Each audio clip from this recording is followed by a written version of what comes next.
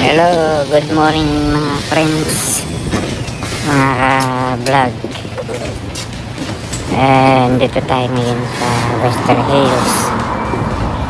Meron ako pakikita sa inyo itong bangka na yan. Yung bangka na yan ay dito nyo matatagpuan sa Western Hills, sa kanal. Meron kasi ditong kanal na ang lapad ay siguro mga 5 metro or 6. Yun, yung bangka na yan ay nire-rentan. Kung alam ninyo yung caravan naman, yung parang bahay, yun ay nire-rentan din, para lang ding hotel, pero style bahay, para bang tawag dito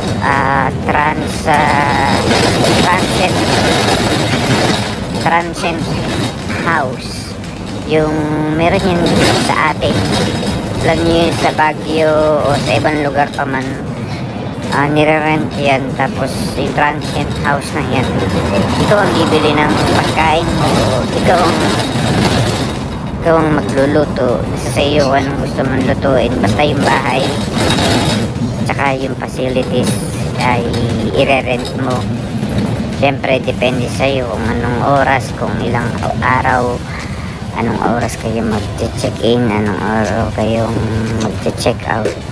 Basta sa makatwid, ang pinag-uusapan dyan ay tungkol sa rental instead na hotel. Isang bahay na paupahan. Mayroon na doong mga lutuan, kalan, siyempre toilets, mga kwarto, mga pinggan, mga ganun.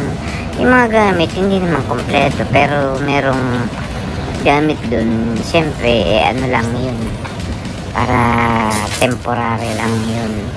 So yung canal boat na yan, makikita mo yan throughout the season. Pwedeng during winter, during falls, during spring, at during summer. Nire-rent yan, ganun din yun. Pero ang pinagkaiba lang, kayo ay nasa kanal, sa bangka, sa tubig. Ang loob niyan ay hindi ko lang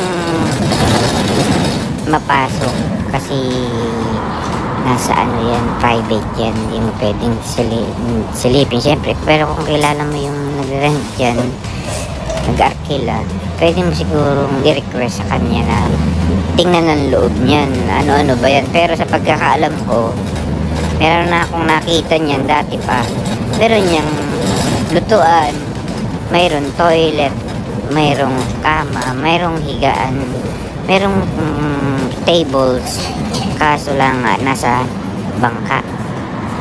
So yan ang pinagkaiba ng canal boat sa mga caravan bahay yun, pero parang bungalow na bahay. Tapos na yan ay i-rent. At siyempre tulad ng nabanggit, yan ay malapit dyan sa Western Hills, sa kanal. Yung lapad niyan ay siguro mga 1.2 metro yung lapad ng bangka na yan. Sa susunod, kung magpagkakataon, kukuhanan ko yung loob niyan at nang makita nyo kung ano yung pinagsasabi ko o kinikwento ko rito sa video nito. Yung nakaraan ay house caravan na kung saan kompleto rin, may mga kwarto, toilets, may lutuan, may mga pinggan, mga kaldero, may living room, na siyempre meron TV. Pero usually ngayon ang TV ay ginagamit na lang na parang screen. Halimbawa, i-video okay kayo para yung kumakanta ay makita yung lyrics, yung mga letra, para maayos ang pag-awit. Pwede nilang basahin yun. So iyan lang naman ang importante sa video ito. Makita nyo na may iba't ibang pwede kayong gawain habang summer sa inyong pamamasyal. Makita nyo yung at ibang klase paano kayo mag-enjoy. Siyempre unahin nyo ang pera, pambayad siyempre ng rent. May rent siyempre yan, may upa yan. Yun lang. Wala namang ibang bagay tungkol sa video na to. Kung inyong matatry, sakali kayong interesado dun, pumunta lang kayo dito sa Western Hills.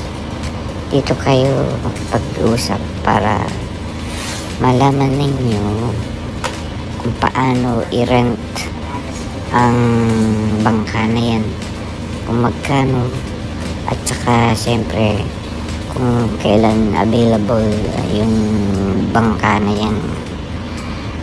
Siguro yan ay hindi naman kamahalan din siyempre. Iisip ko lang at pinagtataka ko yung siguro mahilig sa bangka dyan, yan ang pinipili nilang tuluyan, tirahan sa pagbabakasyon. Kasi dito maraming klase. Mayroon pa rin surf, yung sa bangka sa dagat naman, mga surfing. Susunod ko naman ipapakita kung may pagkakataon yung papaano tawag dito, paano mag-rent ng mga yan, saan at paano ko kontakin yan, at pati mga presyo. Siguro yan na lang muna. Maraming salamat sa inyong panonood. Hindi po kalimutan mag-share, mag-subscribe para ma-update kayo sa mga videos ko. I-like nyo rin, subscribe. Ayan, maraming salamat. Gandang araw.